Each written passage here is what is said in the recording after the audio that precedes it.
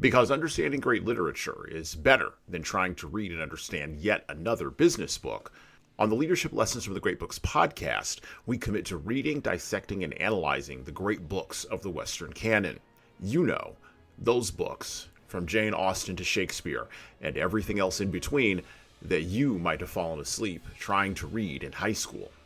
We do this for our listeners, the owner, the entrepreneur, the manager, or the civic leader who doesn't have the time to read, dissect, analyze, and leverage insights from literature to execute leadership best practices in the confusing and chaotic postmodern world we all now inhabit. Welcome to the rescuing of Western civilization at the intersection of literature and leadership. Welcome to the Leadership Lessons from the Great Books podcast. Hello. My name is Jesan Sorrells, and this is the Leadership Lessons from the Great Books podcast bonus. Now, usually there's no book reading on these bonus episodes. These tend to be traditionally interviews, rants, raves, insights, and other audio musings, and sometimes conversations with people about leadership.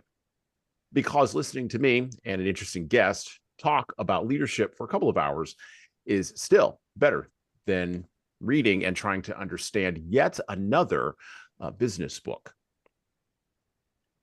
But we're going to break that rule today. As a matter of fact, we're going to talk about two books that are, they're typically put in the business and management space, but really they cover the realm of politics and culture, religion, and even geopolitics and geography and demography.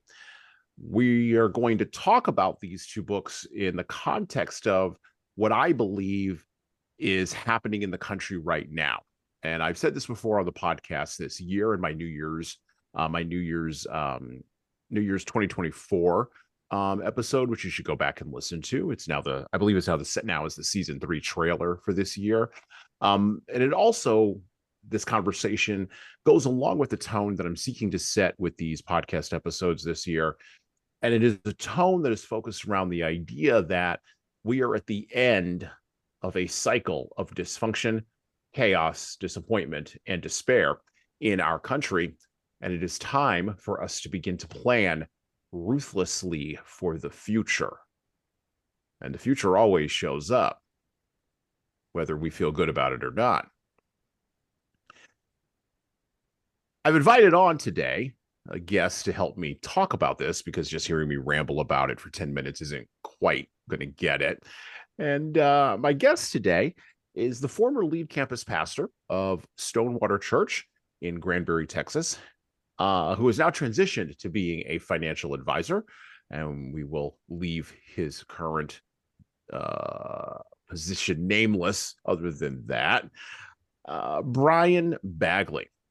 Now, Brian talked with us about the responsibilities of a Christian believer in opposition to the civil magistrate and the state, what I gently called Caesar, in episode number 65 of our podcast last year. And you'll be able to check out a link to that episode in the show notes below the player of this episode.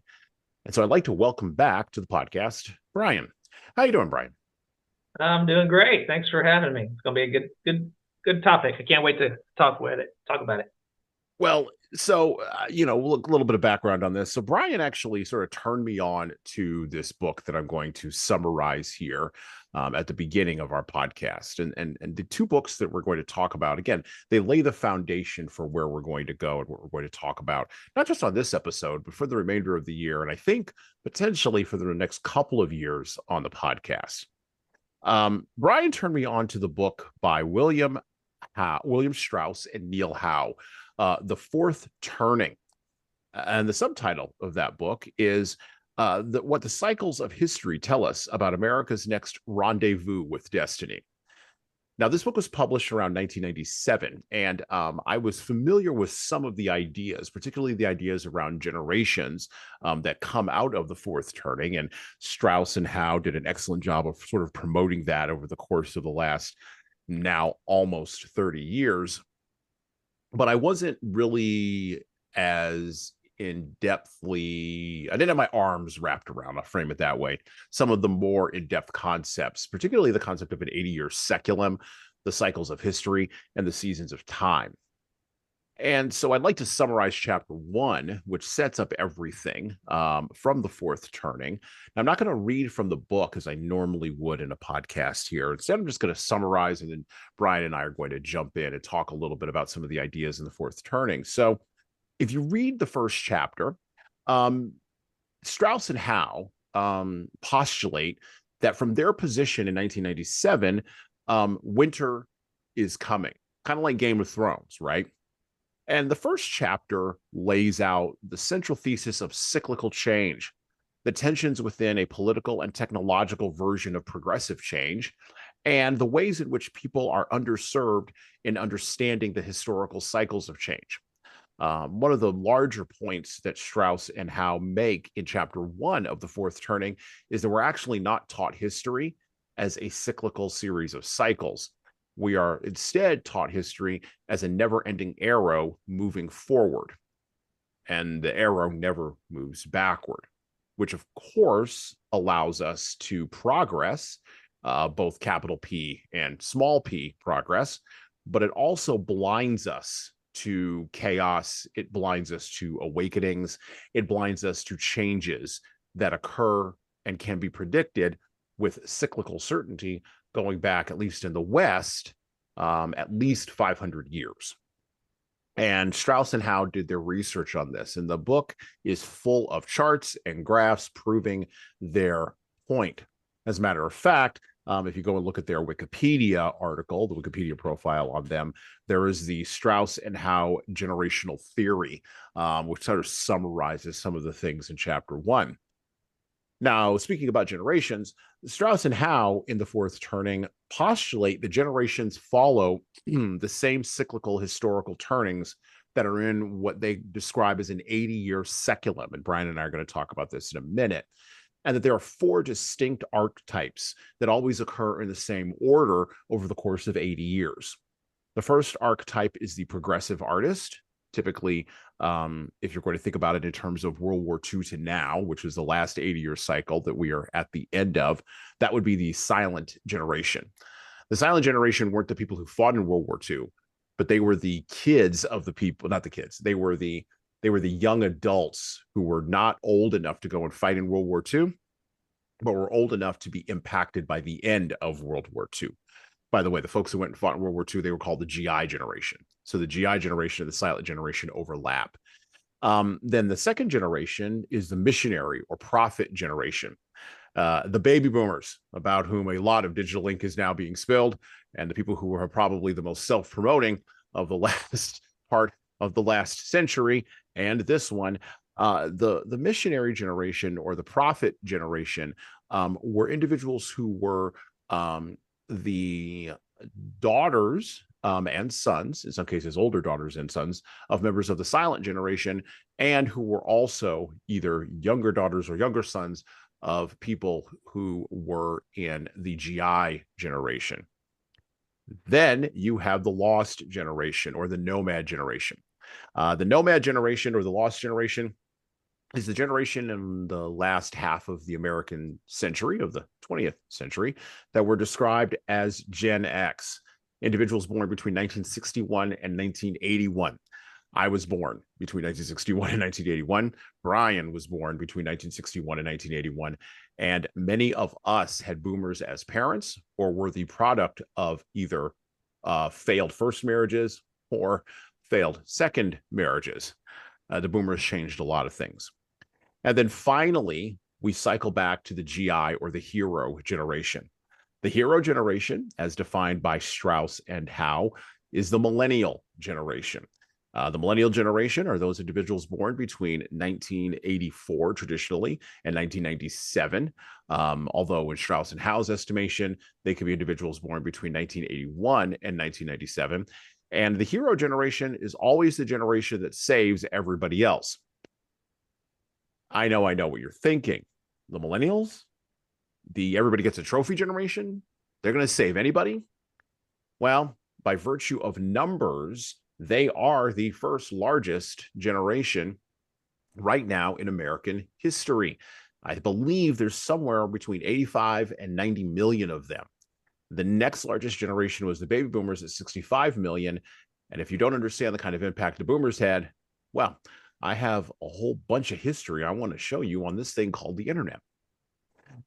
So those are the four generations that always occur in the same order, according to Strauss and Howe, in an 80-year cycle or over a long human lifespan. There are also parts of the cycle that we were going to discuss today, including awakenings, crises, and turnings. But before I get into the second book that we're going to talk about today, which is Peter Zeihan's The End of the World is Just the Beginning, Mapping the Collapse of Globalization, I want to bring in Brian here because I've talked quite a bit.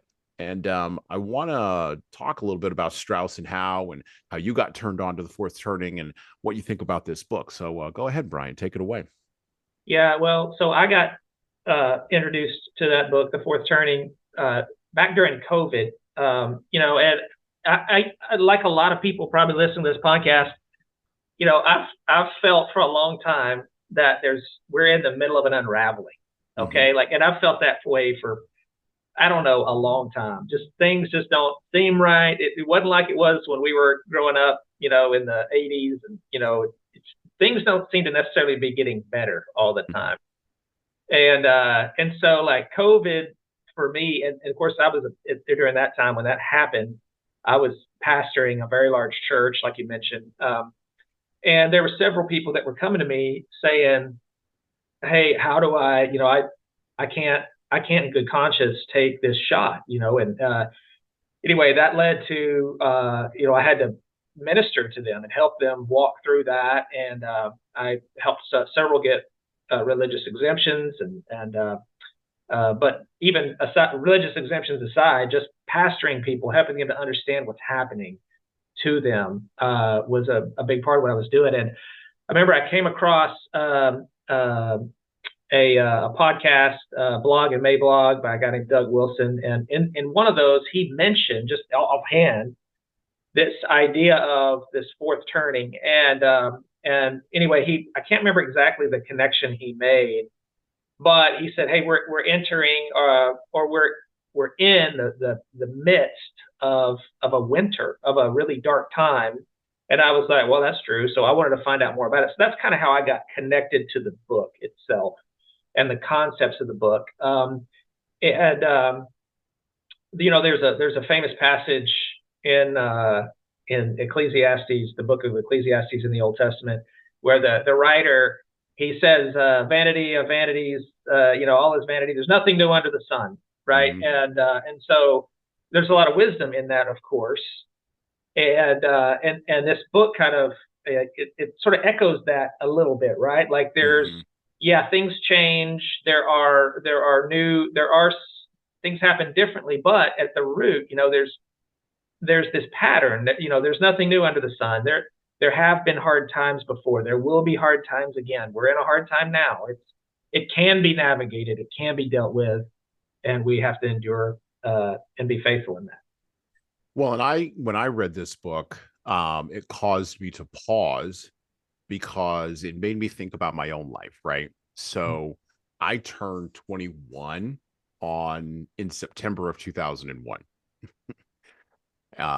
Literally 3 weeks after September 11th, I turned 21. Yeah. And I've said this before on the podcast, but I'll repeat it for those of you who are listening who are new.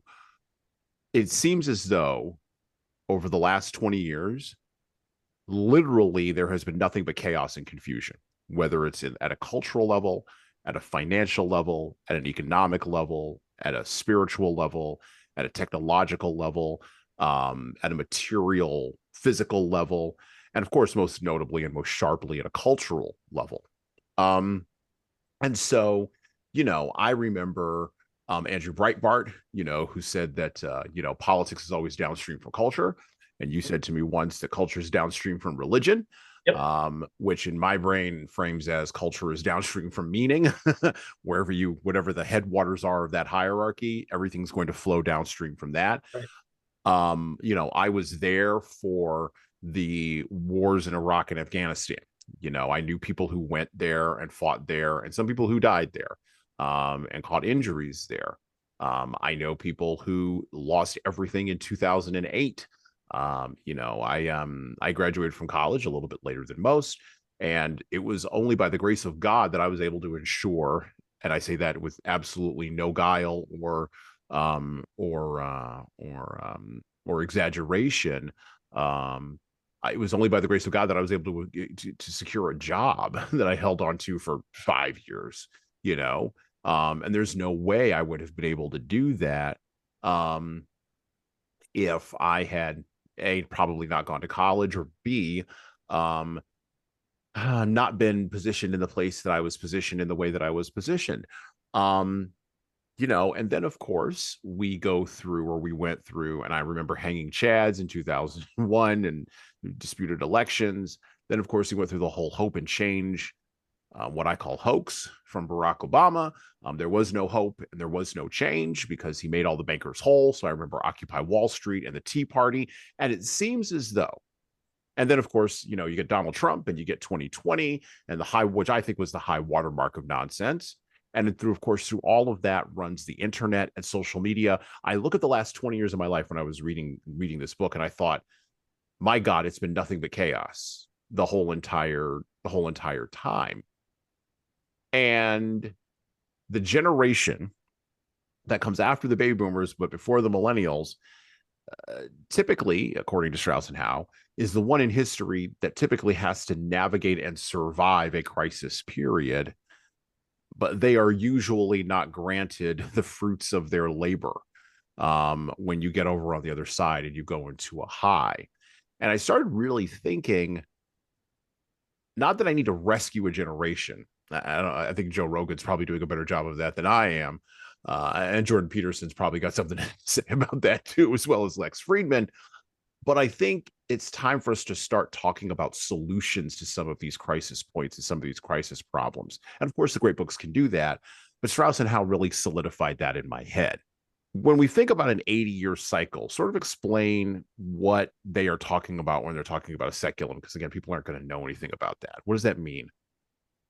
Yeah, so a Saeculum is it's the average lifetime of a human being. Okay, so 80 years, obviously, and so that's the during the human lifetime. Okay, this is part of their thesis, is that over the course of a human lifetime, there are, generally speaking, 4 turnings.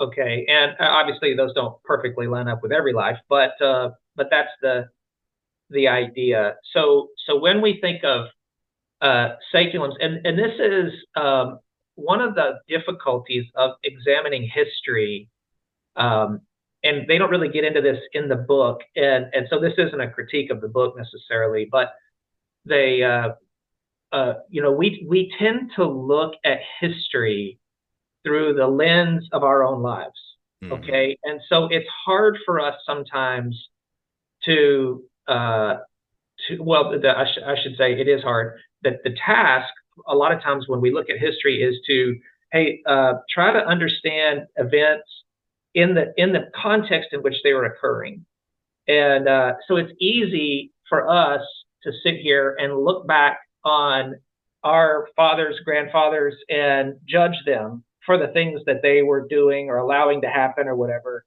But what we have to keep in mind is, in 80 years, people are going to be looking back on us doing the same thing, right? How could they dare let that happen? And so I think when we think Saeculums, we just think, hey, this is the average lifetime, and we're in the middle of a Saeculum, and that Saeculum has the ability to look back on other Saeculums, and it's easy to point out times and places where people were wrong, but we've got our own challenges to work through ourselves, and we're, as much as we want to be right, and that's admirable, we're not right about a lot of things. So I think another thing that has been helpful to me is so look at many Saeculums together. Okay, so and put Saeculums together. So in other words, people are like, oh man, and a lot of folks in religious circles that I'm in, they want to always talk about the end times. right? Hmm. So the end of the world is near. The Lord is returning soon, right? Christ is coming back, and this, it's all going to be a big, battle and all this. Well, okay, what I want to say to, and not just Christians, but people in general, is um, so let's say there's instead of looking at history in terms of your lifetime, think of history in terms of 500-year blocks. Hmm. Okay, so let's start with the year zero. Okay, Hmm. AD zero. Jesus has just passed away. Would you rather be alive in the year zero or the year 500? Okay, most people would say, well, all things considered, 500, right? Okay, 500 to 1,000. Well, okay, I'll take 1,000, right? And so things may look difficult today, and they are. It's not that we're not saying it's not difficult, but to your point earlier, things are progressing. Okay, I mean, obviously, you would rather be alive today in the year 2020 than you would be in the year 2,000 Hmm. years ago.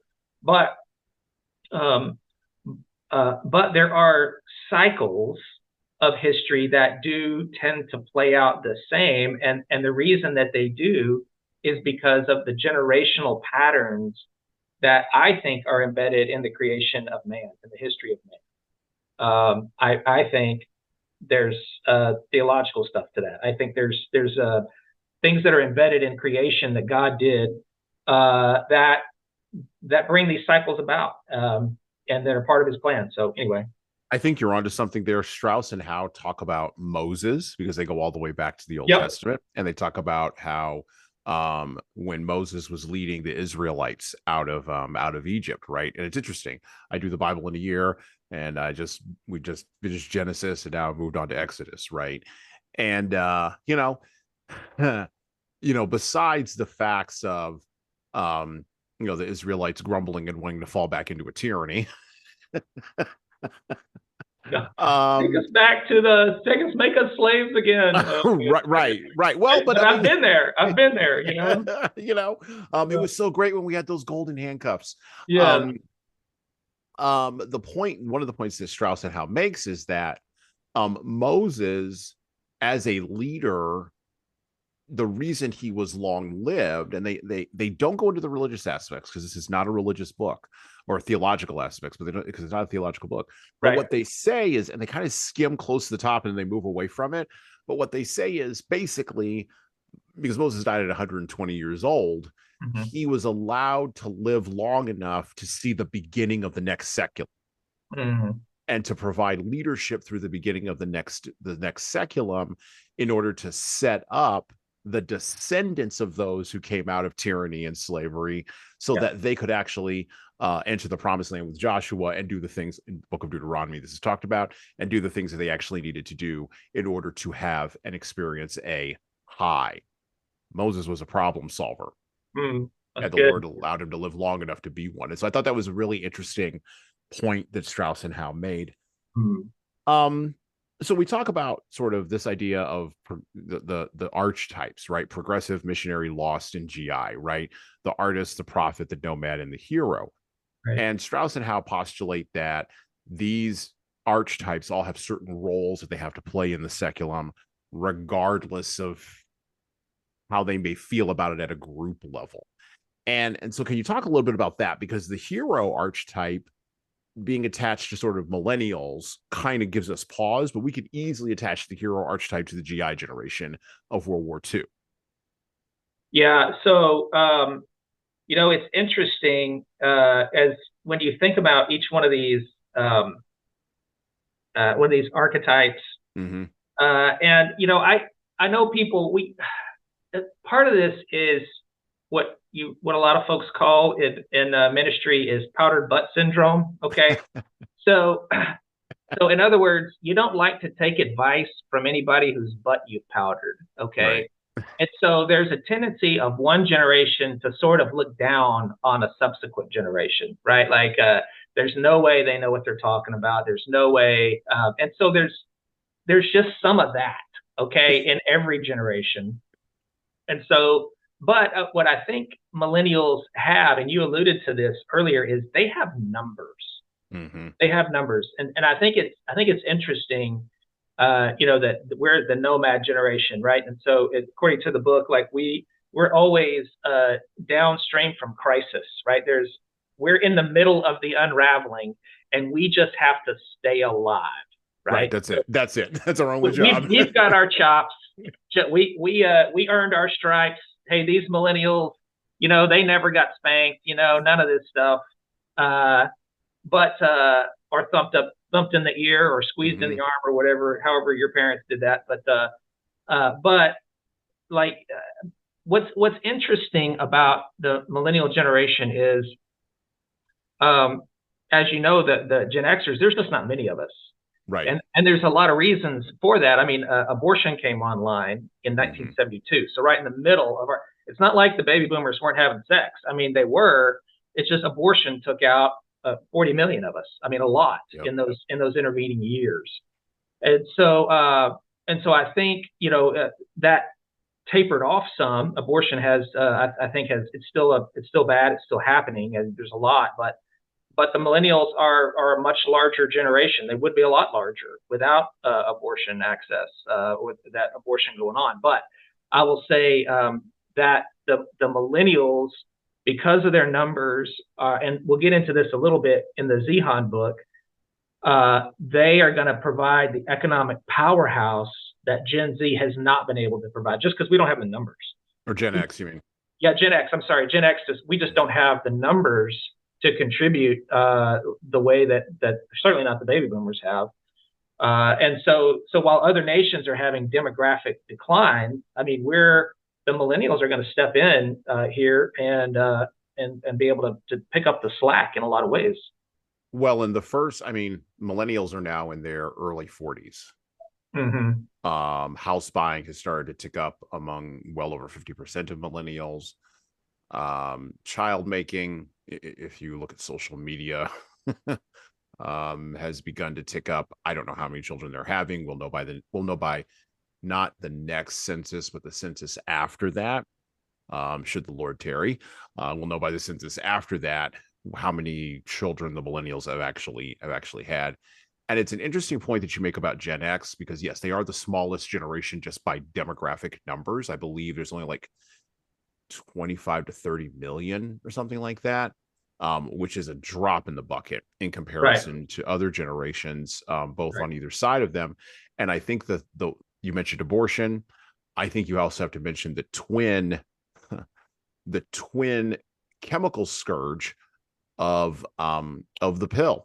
Yeah, absolutely. Yep. You can count all those babies that were aborted for sure, but what about all the babies that were never even allowed to be fertilized and conceived? That's right. So we have, and that was the baby boomer generation that came about in, and so so there would be a huge drop off in child making. Yep, absolutely. Right. Yep. Okay, so we've got our idea set up here from the fourth turning. Let's look at demographics, because we mentioned Zeihan now twice. So Peter Zeihan is a geopolitical strategist and a guy who is not a political rightist or a political leftist. He claims he's more to the political center. I would maybe frame him as more of a center leftist, honestly. Yep. But that doesn't mean he's wrong. Nope. And he's written 3 books, actually 4 books, all of which are focused around these 2 twin ideas, geography and demography. Now, he's not a geographic and demographic determinist 100%, but I would say, unlike Jared Diamond, who wrote the book Guns, Germs, and Steel many years ago, I would say that Zeihan is definitely leaning in the direction of being a demographic determinist. This is a guy who called the collapse of Chinese demography. This is a guy who has tracked demographic patterns and demographic trends, and he has the data to prove it over the course of the last 30 years, not just in the United States, but across the globe where industrialization has touched. And his book, The End of the World is Just the Beginning, Mapping the Collapse of Globalization, makes a bold postulation. And the bold postulation is this: the global geopolitical, trade, military, and even social order that America set up at the end of World War II, ironically enough, at the beginning of the current Saeculum we are now at the end of, 80 years ago, that global order that was set up at Bretton Woods is now coming apart. And we can see that everywhere. I mean, look, Donald Trump showed up in 2017, 2018, and basically asked Angela Merkel, who at the time was the prime minister of Germany, why the Germans weren't paying their fair share in NATO. And John McCain, the former senator from Arizona, he asked the question out loud, why would anyone question the world order? We set it up. It's working out really well for us. Shut your mouth. Well, Donald Trump didn't shut his mouth because he can't. He just tweeted consistently. And he still continues. Well, no, he doesn't continue to tweet anymore. He has his own thing now, got Truth Social over there. But Donald Trump basically asked a question that I have been asking about globalization, at least since I began understanding how all of this stuff came together. I understand a lot about Bretton Woods and how that argument came together. And America did do a thing at the end of World War II that no other major power has ever done in the history of the world. Yeah. They said to the people who were defeated, we don't want to invade you. We don't want to put military bases on your land. We don't even really want to be here. But we'll protect the shipping lanes and will allow you to have access to the American markets because all of your markets are bombed out and depleted. That one offer, which was an offer that, quite frankly, everybody in Western Europe couldn't believe, all those former colonialists couldn't believe was happening to them. Well, they all jumped at it and ran. And that set the tone for where we are at now. It set the tone for the decline of the American blue-collar workforce. As I framed it sometimes for business school students when I used to teach at business school, a deal was struck that it would be okay for a Chinese laborer to go from making 10 cents a year to making $1 a year, as long as a bunch of workers in Indiana who are making $25 an hour could take it in the neck for the next 30 years. That was the deal. And of course, nobody explained it to the American worker in that way, but that was the deal. Now, in exchange for that, we got cheap Nikes and cheap auto parts, and in some cases, cheap automobiles. But we also got a service-based economy. We got jobs that were no longer guaranteed. And of course, we got many other cultural, moral, and spiritual crises that went along from the crack cocaine problems in the inner city ghettos of America, all the way to Lyndon Johnson trying to fix everything with the Great Society. All of that came about because of the Bretton Woods agreements that were signed at the end of World War II. And Zeihan makes all of these points in his book. But then he goes a little bit further and he says, listen, America is done protecting the shipping lanes and the global order is going to collapse. And when it does, and by the way, we are already seeing this in real time right now in the Red Sea, when it does, all of the bad old days that were occurring before World War I even are going to come back, and we might want to get ready because now all the pirates have access to suitcase nukes. Okay. I think I kind of summarized Zeihan's basic argument in The End of the World is Just the Beginning, the demographic trends, and the collapse of the globalized order. By the way, when most people talk about this, and I've heard Zeihan twice on Joe Rogan, Rogan freaks out about this, which as a good secular materialist would. Zeihan does not look at religion or the impact of culture at all. And I think because the reason he doesn't is because he's a consultant in the political and geopolitical space. And so his clients are looking for answers they can wrap their arms around and measure with ones and zeros because they're looking to make revenue. They're not looking for the intangible things which drive the ones and zeros. So I turned Bagley onto Zeihan, and he's taking a look at that book. So what did you think of Peter's thesis, and what did he miss? Because you and I had a conversation with this a little bit about this offline. What has Zeihan missed in his analysis of demography and geography? Yeah, well, I just want to say thank you for turning me on to that book because it was a great read. It really was. And so, love him or hate him, one thing you cannot say is Peter Zeihan is not a really smart dude. He's a really smart dude. He's a really Yes. smart guy, and he's fun to listen to. I did the audiobook route, and it's almost like you're just having a conversation with him and listening to him talk. And he did a great job with that book. But so first By the off, way, he's a classic Gen Xer too. By the way, he is a classic Gen Xer. Yes, he is. Yes, he is. And so he did a lot of good things in that book. I think, and I don't want to pick on him at all because I do have a lot of respect for him. But I will say this, we live in a very materialistic world, and I think that's one of the, to go back to the fourth turning, I think one of the things that we're coming out of and into this in this new Saeculum, I think there's going to be a renewed interest. Well, there already is a renewed interest in the things that are spiritual. Okay, now the one thing I will say is that doesn't mean, that's not a foregone conclusion that what is spiritual is Christian. Right. And so that's one of the great dangers.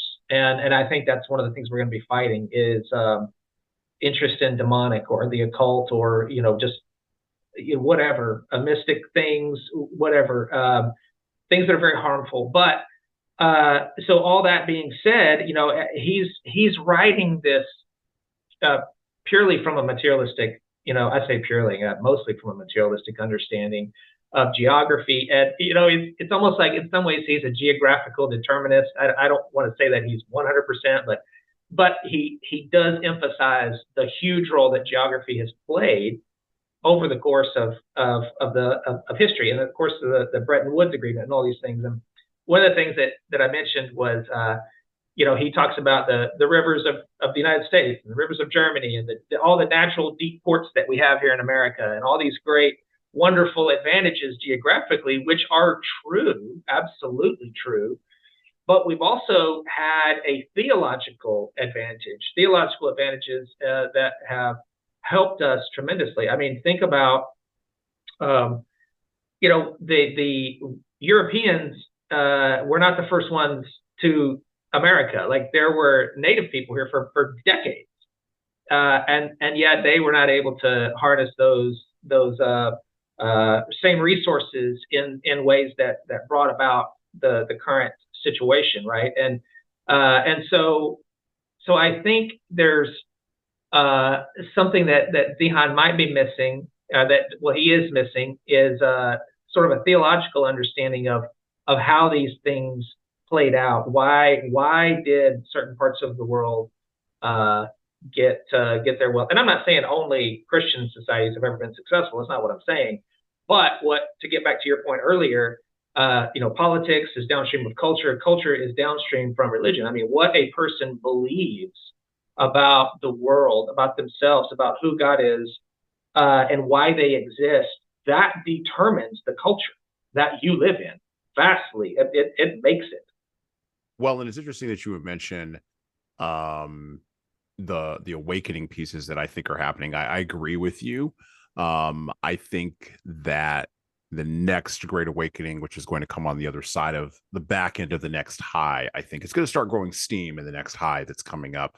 Right. I would say like 2030 to 2050.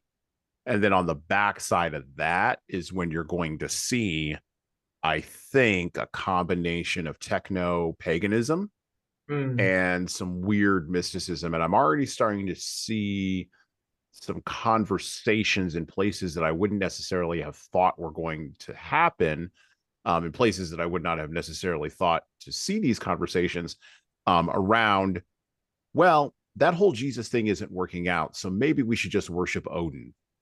Right. Or maybe we should just worship nature. And by the way, I do believe that in the secular materialist world, climate change is the Christianity that stands in. Yes. And I think we're not quite done with that cargo cult set of beliefs, because it takes a long time for people to give up their worldviews. It takes a long time for them to see sometimes it takes a lifetime for people to see the ultimate end of their worldviews. This is something that I've pointed out with Marxism. Anybody who was born after 1950, I don't want to hear anything that you have to say in support of Marxism, because Marxism has been tried. It's been tried all the way to its end, and it's done. And so if you were born after 1952 and you can't see that, I don't know how to help you. Now, if you were born, before 1952, you probably didn't know how bad Marxism was going to be, because it hadn't been fully tried and it hadn't been fully vetted yet in the politics and in the culture. I think paganism, I think we're going to have a return to some of the old school forms of paganism, like the Greek, Roman, and Norse gods, combined with AI. And the paganism has been tried. And this is what the Catholic Church understood. Camilie Paglia mentions this a lot in her book, Sexual Personae, when she talks about how basically the arts have been in constant tension with the church. But the church, early church fathers, absolutely understood the power of the pagan and pagan beliefs and nature-based beliefs. And so they were seeking to stamp a lot of that out or hold it all down. And Camille Paglia's point is, and I think it's a well-founded one, is that this bursts out in all kinds of places like poetry, visual arts, things like that. And I think we're going to see that, but I think the full flowering of that in our time is going to come through artificial intelligence and large language models. And it'll probably happen when I'm an old man and I'll be screaming at the sky saying, "Don't do this," because I just came out of the last crisis and no one will pay attention. Yeah. Well, it's interesting that you say all those things, because there was a video circulating on social media at the World Economic Forum, and there were several bigwigs on a stage. I don't know who they were exactly, but there was a shaman who got up and gave like some kind of spiritual, it was a native person. I don't know if it was a Native American or South American somebody, but it was a shaman, clearly a shaman. Gives this cultic chant, and then goes over and blows some kind of something on each one of the participants on this panel, right? And so you're absolutely right. We are careening towards a reintroduction of the spiritual. The problem, though, is what kind of spiritual, and right. It's an embrace of paganism. And there's another book called The Age of Anxiety. Mm-hmm. Oh no, I'm sorry, it's An Anxious Age, and it's by a philosopher named Joseph Bottom, who's a Catholic philosopher. I don't know if you've heard of him or not, but he wrote this book, and it talks about how when Americans kind of forsook their Christian, their Protestant heritage, if you will, they still retained this desire to be righteous, right? Mm-hmm. There's this religious void inside of us, and so whether it is, we need to worship something. We need to be absolved of our sins that we all know we're guilty of, and so there's this hunger for religion. And in his book, he talks about, and he's written essays on this too, but he talks about that all of the isms. So you mentioned environmentalism. All of these isms take a very religious form. Okay, mm-hmm. So there's an original sin involved in environmentalism. There's a path to salvation, right? There's there's an eschatology, right? Mm-hmm. This is how the world will end if we do nothing, right? All of these, pick your ism, doesn't matter. It is a form of religion that humans embrace to absolve themselves of their guilt. And so I think, take this World Economic Forum case, right? So you have all these rich people sitting in Davos. They're not religious. They're enjoying the fruits of a Christian heritage, what the Christian West brought about in the world, the culmination of Bretton Woods and all this mm-hmm. wealth and money that came from all of that. They don't know what to do with it because they've kind of forsaken that religious heritage, and so they've got to turn to something. And so, well, I'm guilty that these natives don't have what I have, so let's let them be our religious leaders. And what they don't understand, though, is that's careening them toward something horrific later, much later. Hello. So I'm going to do some shilling here, and hopefully this will be a pause in our riveting conversation for you. I have an offer for you. My most recent book is 12 Rules for Leaders, The Foundation of Intentional Leadership. It's available in paperback, hardcover, or as an ebook on Amazon, Barnes & Noble, Kobo, and any other place you order books. Now, in this book, I address the 12 leadership areas that I have found leaders need to be the most intentional in to be the type of leader followers actually want to follow. From establishing a foundation of leading teams through managing conflict effectively, all the way through leading teams through change, knowing what to do and why to do it can help readers, like the ones listening to this show, become better leaders. Look, reading this book and living it is like getting coaching from me directly without having to pay my full coaching rate. Head on over to leadershiptoolbox.us, that's leadershiptoolbox.us, and scroll down the homepage and click on the Buy Now button to purchase in hardcover, paperback, and Kindle format on Amazon 12 Rules for Leaders, the foundation for intentional leadership. And that's it for me. Now back to the show.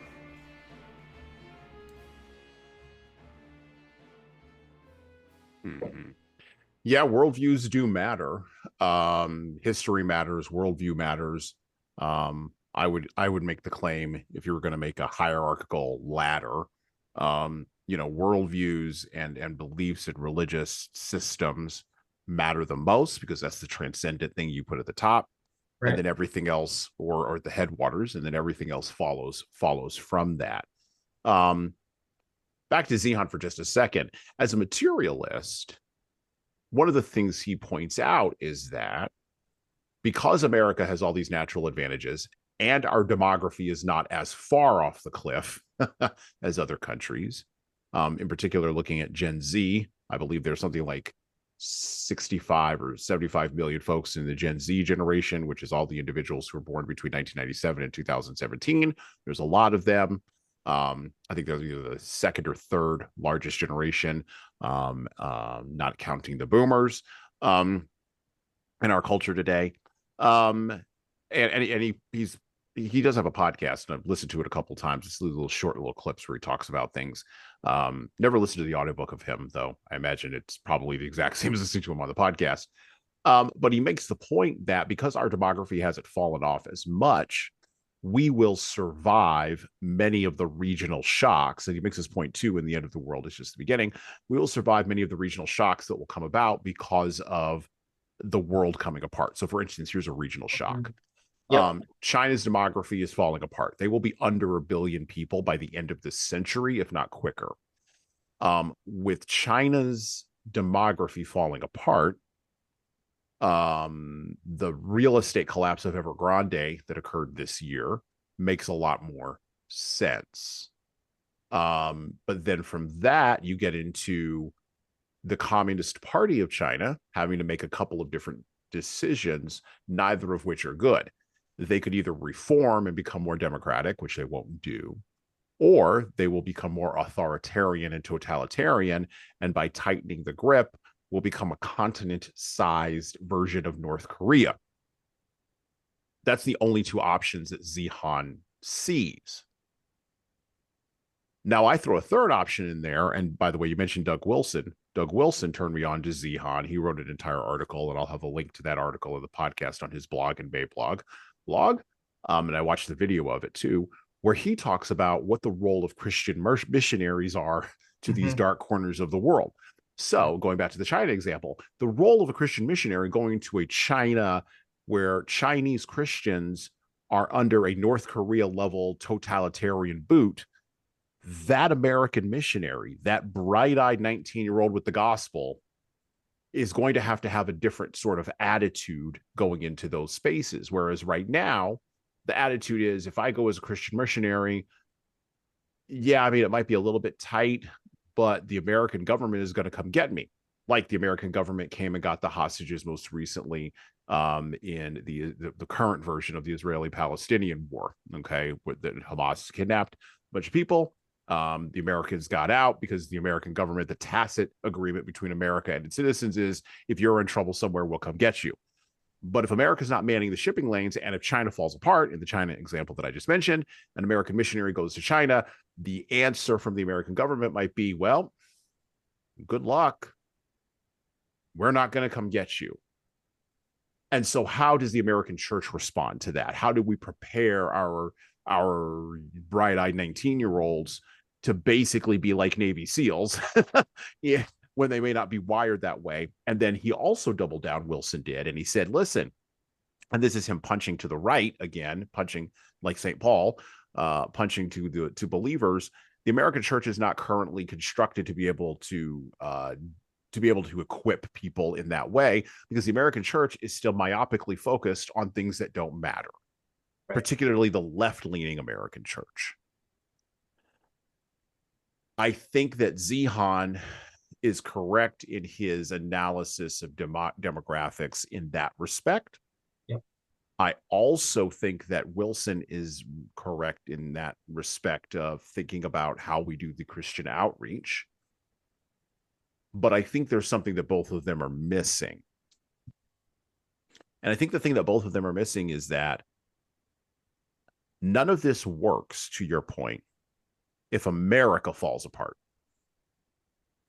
And that's what we're teeter-tottering on the precipice of, and have been, by the way, since 2020.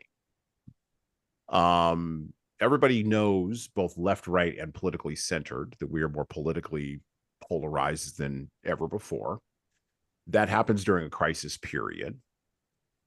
We know that we have many, many problems, and here are some of them in no rank order. The decline of spiritual, moral, and ethical meaning, the fractured nature of familial relations, the splintering of definitional roles for men and women, the inability to appropriately organize a hierarchy of problems, much less solutions, the inability to appropriately order problems that are actually solvable versus the ones that aren't, the intransigence of human sin, including our inability and unwillingness to identify what is sinful and what is not, which, by the way, used to be the role of the church. And the church has, at least some parts of the American church have completely abandoned that. Not all, not the church I go to, not the church that Brian Bagley was a pastor of, but many churches have abandoned that. The complexity of economic life, and I don't mean the complexity as in the complexity of decisions. I mean the complexity of what is the good here, and not knowing how to define that. The tension between freedom and tyranny, which was exposed with COVID.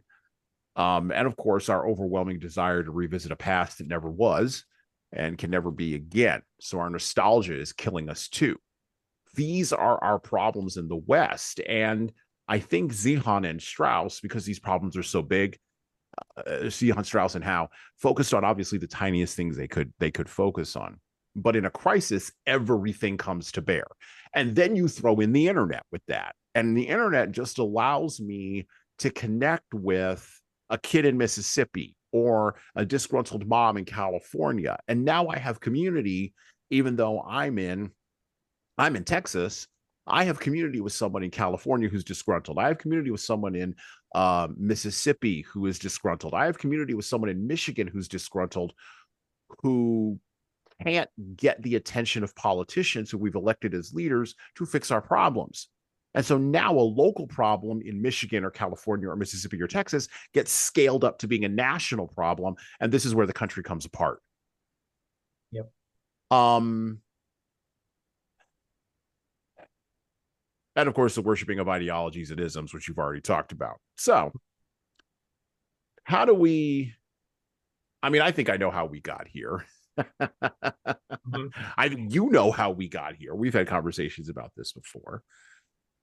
But how I deep in my heart, I wanted to start a podcast called How We Got Here, and just lay out for people, just maybe that's a project we work on together, but just lay out for people in episode after episode, step by step, politically, theologically, culturally, morally, spiritually. How do we, because I don't think people put all of that together. They just look at their one little corner like Zeihan and Strauss and Howe do, and they miss everything else, but it's all together at this moment.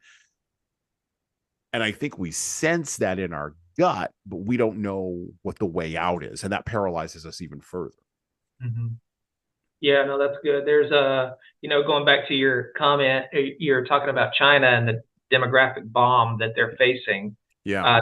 That is going to go off, and it is going to be Oh, it's terrible. already gone off. It's Yeah, already gone off. They don't even report their demographic numbers anymore. It's already gone off. yeah, yeah. And and Zeihan, his predictions, they may that very well may happen. Okay, but like what about all the Christian Chinese that are there right now, right? I mean, Right. so there's and he doesn't account for that. And so there right now there are estimates that there are more Christians in China than there are people living in North America, Mm-hmm. right? And so and you're right to your point about social media. These people are connected. They're not. And now obviously China is a statist country. They can they control social media. There's all kinds of crackdowns, um, but don't think for a second that people aren't, networking. They don't know who the Christians are, and so there's going to be there's going to be a crucible. There's going to be a sifting, I think, in Chinese culture. How will it turn out? I don't know, but I think there's a religious factor that is going to play in a very large way. Again, I have no idea how it's going to turn out, but just to say all that to say, is China is going to go through a very dark age, but I think it's very possible that they emerge from that dark age in a very good place. It's possible that could happen. So if I'm hearing this, I go, okay, that's cool for China, but Uh-huh. I speak English and I'm in Texas. Yes. Yes. What are we gonna do here? Because I ain't never met those people. So what are we Right. gonna do? How do we stay together here? Yeah. Like I said, we're more polarized than ever before. How do we stay together? And I have some thoughts on this, but I want to hear what some of your thoughts are. How do we stay together here in our own backyard? I mean, currently, as of this recording, the Texas Border Patrol is, basically Governor Abbott found his Andrew Jackson button. And so he's pressing that and leaning on that. And he is benefited by having a president who is doddering. And by the way, that's a gentle term, doddering, and doesn't really quite know where he is with in a Palace of Versailles type situation where no one in Washington, D.C. or Hunger Games, if you kids don't know history who are listening, who don't know what they're doing other than draining tribute from the populace. And so how do we hold the 50 states together here? Because and by the way, 25 other governors have said that they support Abbott as of this recording. That may have changed by the time you hear this. But and by the way, the two biggest states that didn't say anything have been California and New York. They've been mum silent. Who have been getting their faces kicked in by all this illegal immigration. Nothing to say about any of it. And so here's a challenge question for you. How do we as civic leaders, as individuals, as families, how do we hold the republic together? Because I think the high is coming in about 4 or 5, maybe outside 10 years. But how do we hold together for that long? How do we not come apart at the seams? Yeah. So I think that's such a good question, and I think it's all about building relationships locally where you are. Now, I don't want to discount what's the phenomenon that's happening on social media right now, because to your point, you said people are making connections. Here I'm in Texas and I'm listening to this guy in Moscow, Idaho, who's encouraging me in the middle of coronavirus lockdown, all that mess. And we're almost a continent away, right? And so I think that there is a place for that. I think that there is going to be, to the extent that social media companies take the Elon Musk route, right, and don't lock everybody up, and put people in jail for whatever, for violating some mindless rule. I think that will be a source of encouragement. I think there'll be some resources shared via the internet, but I think where where the rubber meets the road is in your local area. And so like, and I mean, I used to talk with a guy who was a Republican county chair there in Hood County, and he used to always tell me, "Hey, politics is local. Politics is local. The local elections matter more than the national elections." And to a large extent, that's right. I mean, so I mean, if you think about it, any resistance to authoritarianism has to come from the lower levels. So you see that with Abbott and Biden, right? Mm-hmm. So you appeal to the lesser magistrate, right? So you've got a president who's AWOL, who's not enforcing the laws, and so Governor Abbott is appealing to the Constitution, right, which is the highest magistrate of the land. The U.S. Constitution is higher than the president. The president pledges allegiance to the Constitution as the highest magistrate, and so he, as the lesser magistrate, right, he appeals to the Constitution and says, "Hey, you've got this intermediary here, the president, who's in the way. He's actually not upholding. He's an errant." A wrong-headed magistrate. And so I think it's going to play out that way as well, right? So in your local area, like your county judge needs to be someone who is trustworthy, right? Because if something happens at the state level or the national level or the sheriff, right? So that the county judge and the sheriff and the local police chief, right? Those are going to be the guys that come knocking on doors, right? Or manning checkpoints at the city gates, keeping the feds out, right? Or whatever it is. So, so I think those local elections matter a lot, and building rapport and local networks, I think, are very important. Well, I think once you saw this where the Federal Border Patrol basically came out and said, "We've seen what's happening at the border, and our rank and file are going to back Texas. So everybody chill out." And I think that I'm going to be gentle here. I think the 1,000 tyrants, 5,000 miles away, once they lose the shock troops, I'm not going to say they're done, but I'm going to say that it becomes infinitely harder to implement certain things. Right. I think that the way in which folks were treated who had 15 and 20-year careers in the military around COVID, who were uninterested in taking the shot, and were bounced out of the military by the Biden administration, combine that with the bungled Afghanistan retreat, I think left a sour taste in a lot of rank and file folks' mouths. And this is from the NCO level on down. Yep.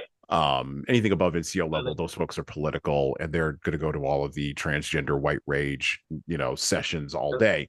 But they don't actually know how to fire the weapons, and they don't actually know how to man the ships, and they don't actually know how to fly the helicopters or drive the tanks. They know political tactics, not military ones. Okay. That's my thought. That's my thinking. That's not anything coming from Brian. That's me thinking, or that's my thought. But I think once you lose the rank and file, you're done. Like you don't have anybody to go with. I also think, to your point, that our actions have to be the culmination of 1 million ants. So I've never told this story before, ever. I haven't told the story to my kids, but one time when I was a kid, my house was swarmed by fire ants where I lived. And it doesn't matter what state I lived in. It was swarmed by fire ants. I don't know what got them upset. I don't know what got them outraged, but and I remember, I have a distinct memory. It might've been when I was maybe 9 years old, of the fire ants just covering my house. And my grandma was at home, and we were at home, and we were trying to deal with it. She was trying to get the ants out of the house. And literally they were everywhere, right? And you're like running around trying to like stomp ants. And apparently this occasionally, the area where I lived in, where I grew up, this occasionally happens. And it was one of those traumatic incidents that sort of imprinted itself in my brain. I never went to therapy for it. It doesn't, whatever. I'm fine. Thank you, folks. Please keep your money. I'm Gen X. We don't care. That was a dandy, and why? Yeah, that was just part of that. Was just we called that Tuesday, you know. Exactly. Yeah, exactly. That's okay. Yes, we were tougher. Yes, we are tougher because we just had to be. But but I when every time we talk, or as we talking about this, I'm remembering this story because, or remembering this thing that happened to me, because I remember seeing just how fast all those ants moved once they got going in a particular direction. And I think that's how we hold the Republic together.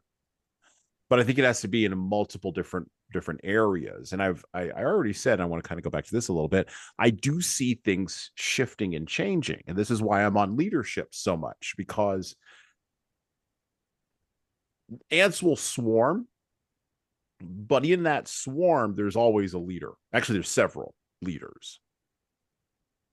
Now, you can't see it from the outside because it looks like just like a wiggling mass, but they are following a path. They are following a trail. Culturally, which again, as we've already stated before, culture is always downstream from people with appropriate worldviews. And people with appropriate worldviews are the ones that you want to be in leadership positions, particularly at a local level. Countries have been in crises before, and typically one of three things happen. Either leadership never shows up and the country collapses. We've seen that in history. The leadership just doesn't manifest, and the ants have nowhere to go, and they wind up eating each other, and it's done, right? The second option is that leadership does show up, but it's corrupt and the country collapses.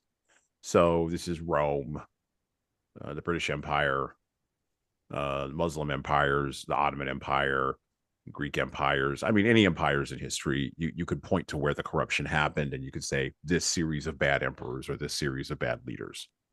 And I was wont to say in the early 2000s that, particularly with George Bush's election, it kind of struck me as a young man that we are now entering the time of bad emperors. That was one of the first things I thought. Mm-hmm. I was like, oh, here we go. We're in our Roman Empire phase with emperors. Great. This is going to be an adventure. And then the third thing that typically happens is that leadership shows up and it's good, but not great. And it's too late and the country collapses. Well, we've already had corruption, and we can see that. And we've already had leadership not showing up. I find it interesting that our current Fed chairman is talking now about adults in the room. And I'm looking at people going, we hired you. You're the adult. Actually, we didn't hire you. We have no control over that. You're supposed to be the adult. Mm-hmm. And then, of course, Janet Yellen, who's an older adult, came along and was like, oh, no, everything's fine. There's nothing to see here. There's nothing behind the curtain. I think many of the ants are afraid that leadership will show up. Good leadership, not great, but good enough leadership will show up and it'll be too late. I think that's the fear. Kind of like Gandalf showed up late with King Theoden in Lord of the Rings. Right. And had to get Wormtongue out of there, right? Are we at a spot culturally where it's too late? I personally don't think so, but I'm not seeing what you're seeing. So, so we live in an age where hierarchy is despised. We live in an egalitarian moment, right? And so we have to smash structures of authority, tear it all down, right? We want parallel. And so the moment that we need hierarchy, the moment where we need and I understand, like, you're absolutely right. Like, and I think people are maybe reacting to unrighteous hierarchy in the past. Okay, that's fine. But the solution is not to smash the hierarchy, smash the patriarchy, smash the whatever people say these days, however they're saying it and communicating it. It's let's destroy hierarchies. The solution is to seek leaders, like you're talking about, leaders who are righteous, leaders who are humble, leaders who can listen, and that doesn't mean, and listening doesn't mean doing even the will of the people, right? I mean, sometimes mobs are wrong. Sometimes mobs are terrible, but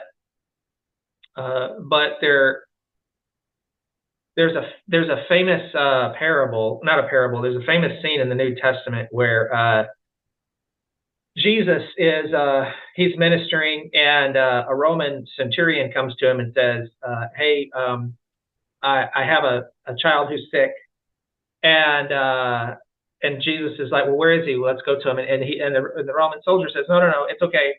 I too am a man under authority. So you just give the word, and I know that it'll be done, that he'll be healed." And so, and Jesus is like, I mean, his response is like, "Whoa, like this guy understands hierarchy. Like he knows I can just give a command to one of my angels, and that angel will be dispatched, and that sickness will be sent, the way of the dodo bird." So, I think there's got to be a recovery at some point. There's got to be a recovery of hierarchy, and not just any hierarchy, but a hierarchy that values humanity, that values God, that values the things that will build society. Right now, we're in a moment where it's almost like an anti-human moment. The institutions that we need to help us get through this moment of crisis are being torn down. Now, some of them need to be torn down. Okay, and I'm not saying that all institutions should carry on indefinitely, but the task at hand is to rebuild those institutions well, to equip, in my mind as a Gen Xer, how do I equip millennials and Gen Z? I'm raising Gen Zers, okay? So how do I equip them to step into leadership, to not accept poor leadership, but to step into leadership knowing that they may not be the top guy, but to embrace hierarchy and embrace your place in the hierarchy. Like, just because you're not the top does not mean you're less. It just means you have a different role to play, and be content with that role and embrace that role. One of the things that Zeihan notes in his book, and Strauss and Howe kind of glide over it, they don't really touch on it. But one of the things that Zeihan notes quite strongly in his book is that as prosperity increases in general in a country, the number of people being born decreases, and the level of spiritual satisfaction and meaning decreases as well. Now, at a materialistic level, this is chalked up to women having more agency, thus they can tell men to go away, and they don't have to have 12 kids anymore. Now they can all be on birth control and use abortions. And in every country where we've exported this to, those countries have watched their birth rates drop. Yes, their material prosperity has increased, but in general, there has been dissatisfaction. And because the cycles between the acquisition of prosperity, Zeihan talks about this, but the acquisition of prosperity through globalization and the demographic collapse, the cycles between those two poles have gotten tighter and tighter and tighter. Those poles have gotten closer and closer as globalization has spread. And of course, other countries, notably countries that are more overtly theocratic than the United States, i.e., Iran, or Turkey, or India, have sought to fight these, and Russia, interestingly enough, have sought to fight these demographic declines by making appeals, as Vladimir Putin did, to Russian women to have more babies.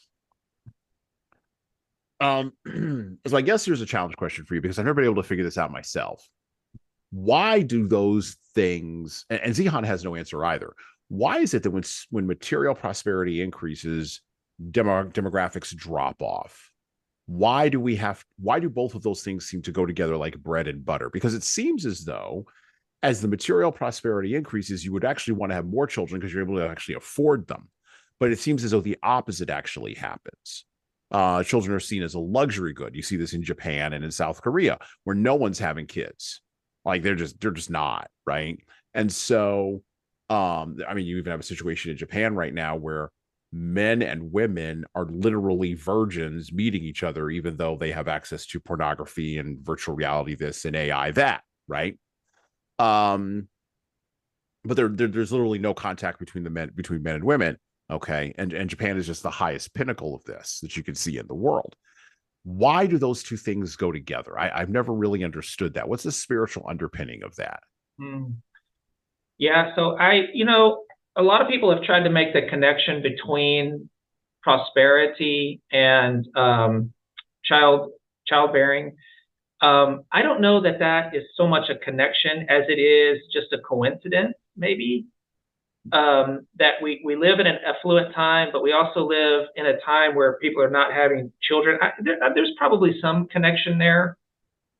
I think there's a definite drop in Christian morality, and so I mean, like it or not, this was a Christian nation. I know people don't like to say that, or whatever, but the majority of people who came here were Protestants from Europe. There were some Catholics that came along, and a very small amount of Jews, but it was mainly Protestants, and that Protestant ethic came here, and that Protestant ethic was very family centered. It was in some ways, it was very covenantal. And covenantal Christianity is all about it's generational. And so there was a very strong generational push. Well, as secularization begins to take over, the word secular means now. Secularism is now-ism.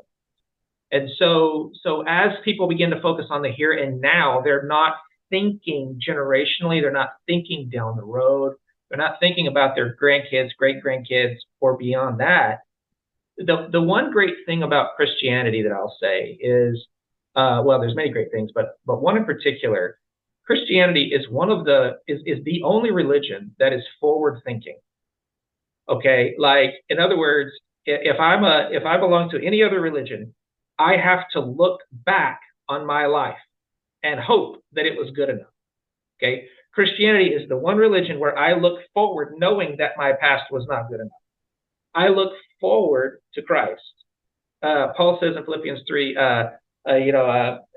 he says, I forget what lies behind and I press on toward the upward call of Christ. No other religion is saying that. They're saying, well, we hope you followed the eightfold path. I hope you kept the 5 pillars of Islam. I hope you did whatever, right? It's always backward looking. And so I think with this rise of secularism, this rise of now-ism,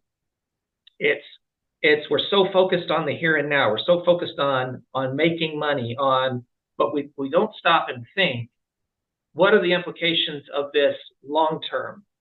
And I think part of, to answer your question, I think if we can sort of break this hold that secularism has, and I'm hopeful that going forward that there's a lot of efforts I think underway, and I think a lot of folks are waking up to the idea that, hey, you know what, the Bible is actually right on sexuality. The Bible is actually right on what constitutes human suffering and versus human flourishing. And there's an embrace of online. I saw somebody going on and on. I mean, all these memes about trad wife, right? Like trying to recover the whole, and I don't want people to get caught up on trad wife, but the point is why do people exist? Why? Why did God make man and woman? And he gave them 2 tasks. He said, your task is fill the earth and subdue it. That's it. That's like, fill the earth and subdue it. And so subduing the earth produces wealth.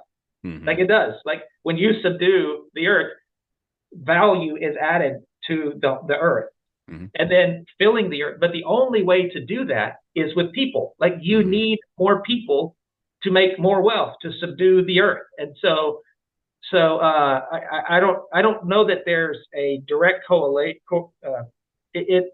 I think properly understood, child rearing breeds more wealth. Having children should increase a society's wealth, if that makes sense. I think Elon Musk would agree with you, and that guy's doing his level best to increase the human population, one woman at a time. Probably not for definitely not for religious motives, for more secular motives. But he's come to the same. I believe he's come to the same clearing at the end of the path that we have. You know, as you talk, I'm reminded of the line from the Catholic theologian and apologist. Not theologian, Catholic apologist G.K. Chesterton, who, by the way, his star has risen among Protestants as things have become worse and worse, because he called a lot of this, as the Catholics usually do. Yeah. But Love my Catholic friends. Yeah, well, Chesterton once quipped, it isn't that Christianity has been tried and found wanting. It's that Christianity has been tried and found too hard and been abandoned. And that's the dead truth.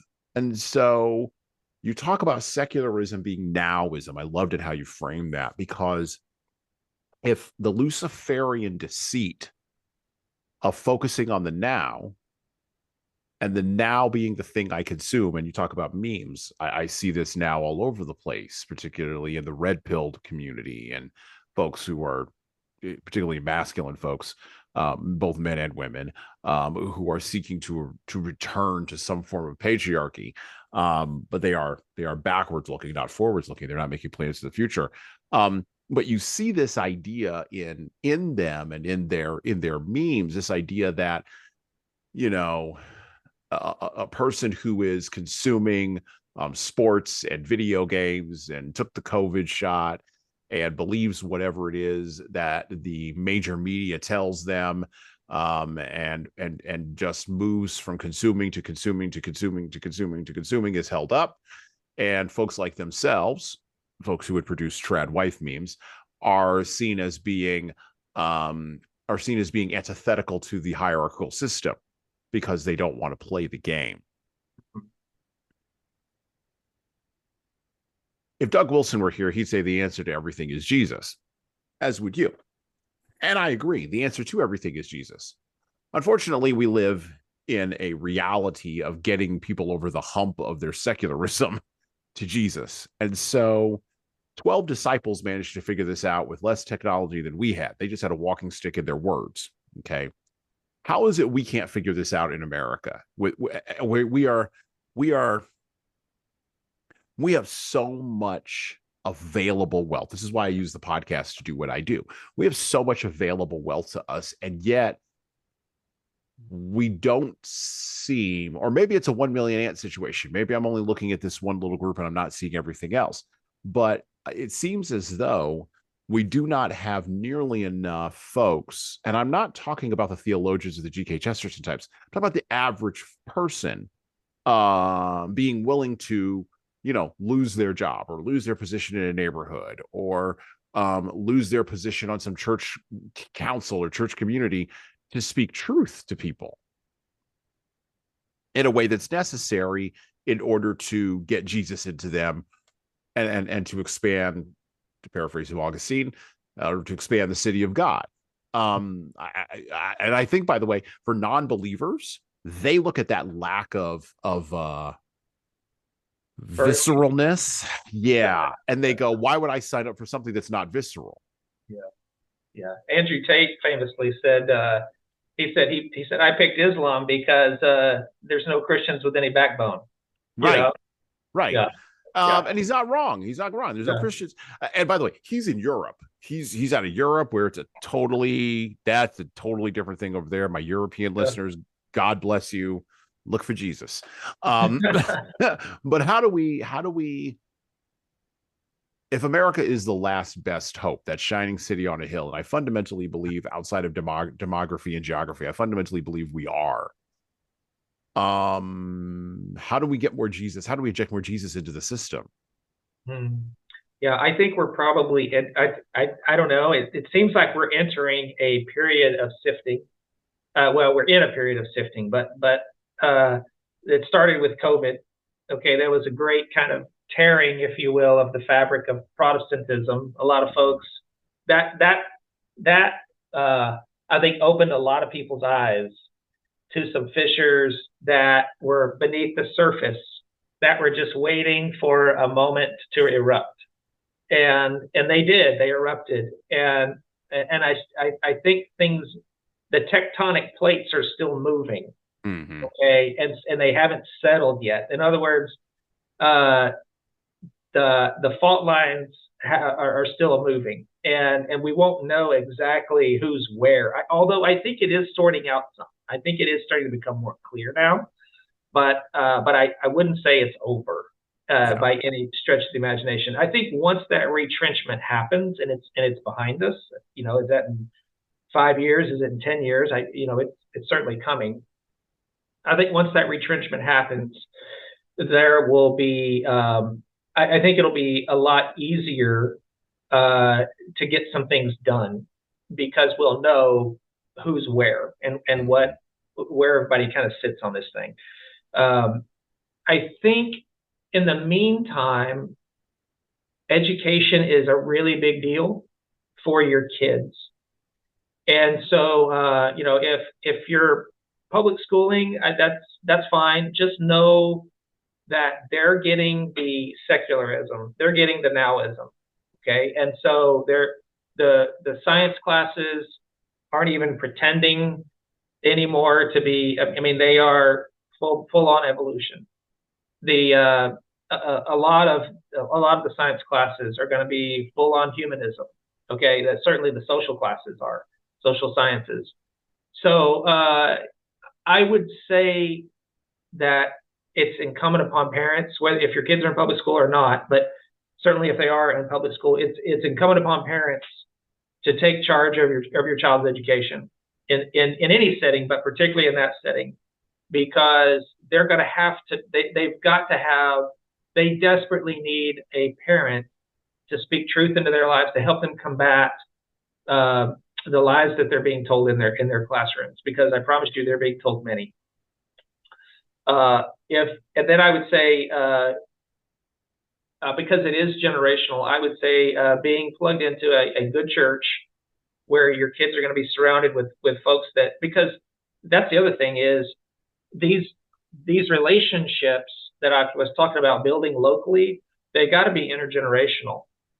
Like we've got to get over the, hey, boomers are morons and millennials don't know what they're talking about. Like that's got to go bye-bye, especially for Christians. Like we got to get that out of the way, because at the end of the day, everybody has got a part to play in this, and we need all comers to rebuild this society that's been smashed, in my humble opinion.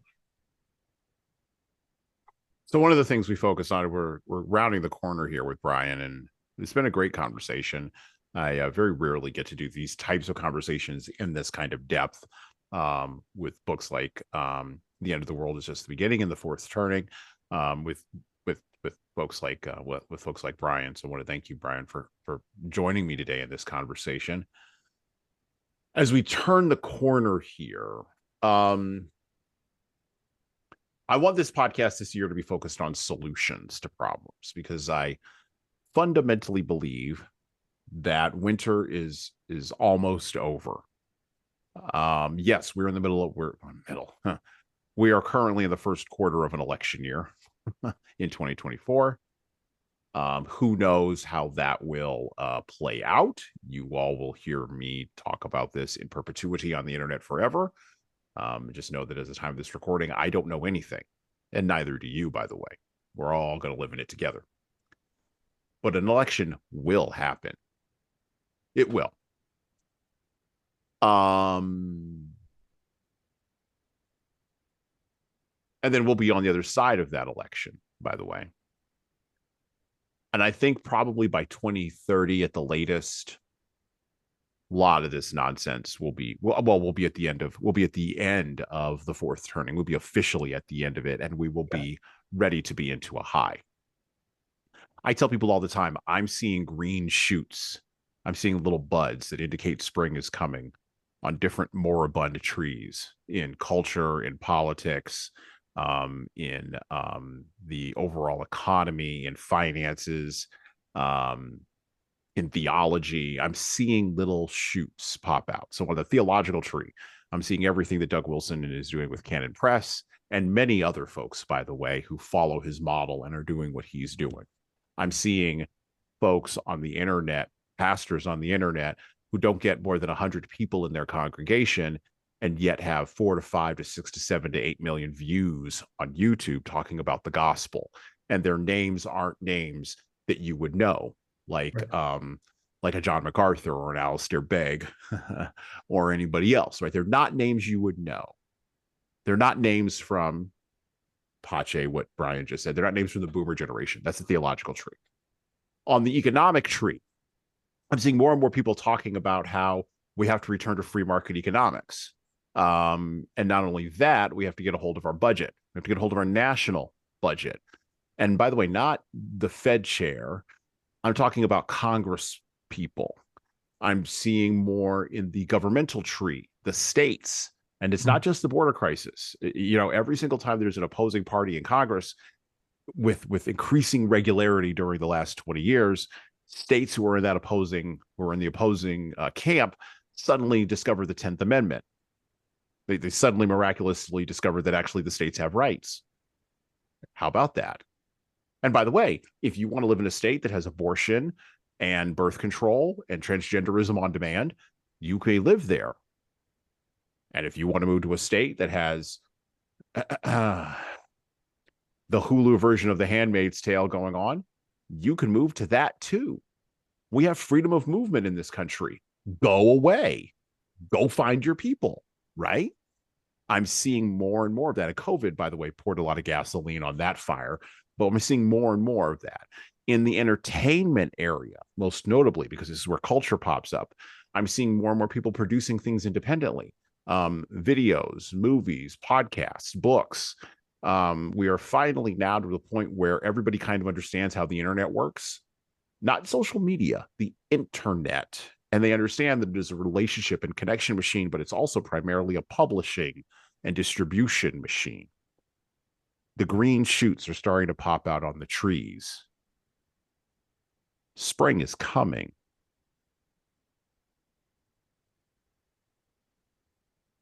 For the nomads among us, those of us who have just done survival for the last 20 years, and we might not get a 401k, and we probably won't get Social Security. That's probably not going to happen. They may have old age pensions for us. They may do a specific carve out for 25 million of us, maybe. But I doubt it, because usually in a high, all of the folks that reminded you of the last crisis typically get shoved to the side. And so all of us who didn't take the jab and who will probably live very long because we didn't do that, who are in that 61 to 81, who were born in that 61 to 81 year range. What advice do we have, Brian, for the leaders in that group who will soon be the prophetic old men? I think back in history, I believe Dwight Eisenhower was part of the nomad generation. Fought in World War I, learned every single thing that could have been done wrong in World War I. And then when World War II popped up, Eisenhower was given the reins. He was allowed to run free and eventually became president. A cautious man, a survivor. A Truman also was part of that 13th generation, right? But on the younger end of it, right? Again, a guy who was in World War I and went back to I love this about Truman, my last favorite Democrat. Went back to a haberdashery shop in Missouri. And by the way, when he stopped being president, you know what he did? He got in his car and drove back to his hat shop in Missouri. That's a nomad.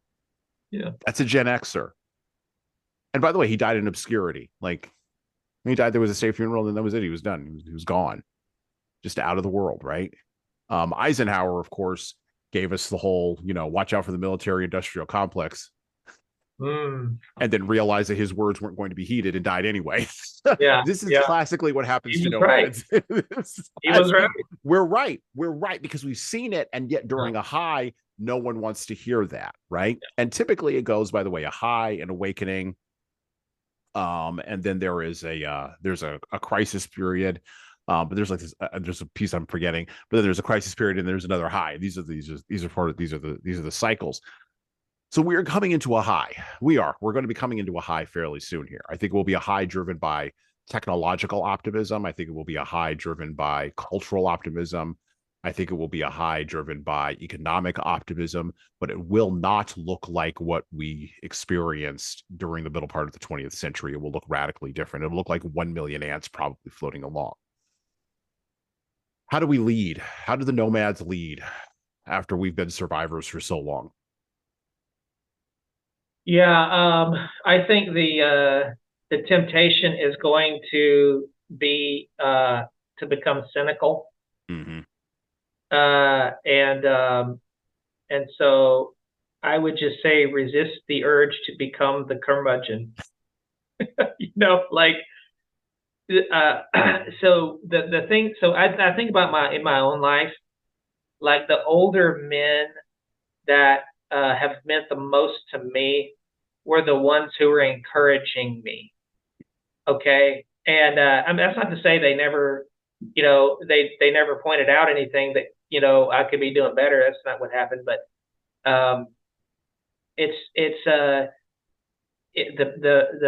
the people who are encouraging are the people who are going to be sought out for advice, for time. And so I would just say to my fellow Gen Xers, begin to cultivate the things that will build an encouraging spirit within yourself. Like again, and that I'm not saying again not to to just be a yes man in your old age, but to understand that hey, we're not ultimately in control. None of us are. It's never going to be perfect. And but the people that we're talking to are eternal souls, and we will see them again.